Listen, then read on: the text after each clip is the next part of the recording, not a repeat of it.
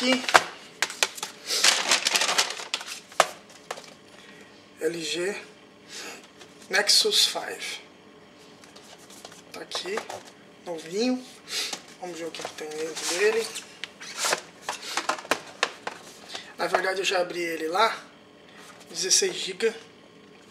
Eu abri ele na loja pra testar, né?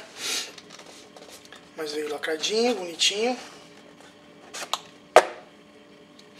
Também já mexi um pouquinho nele. Eu escolhi o modelo branco, 16 GB. Aparelho muito bonito. Já tá aqui. Pode mexer um pouquinho mais nele. Então ele vem. Essa aqui é o recibo. Eu paguei no total $620 no aparelho. Um pouco mais caro do que eu pretendia pagar, mas esse aparelho ainda não tem lugar nenhum.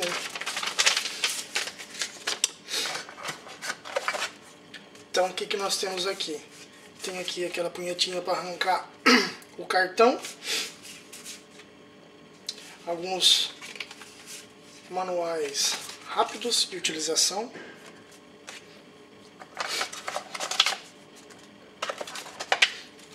Manuais de garantia. Mais manuais. Então ele vem um carregador,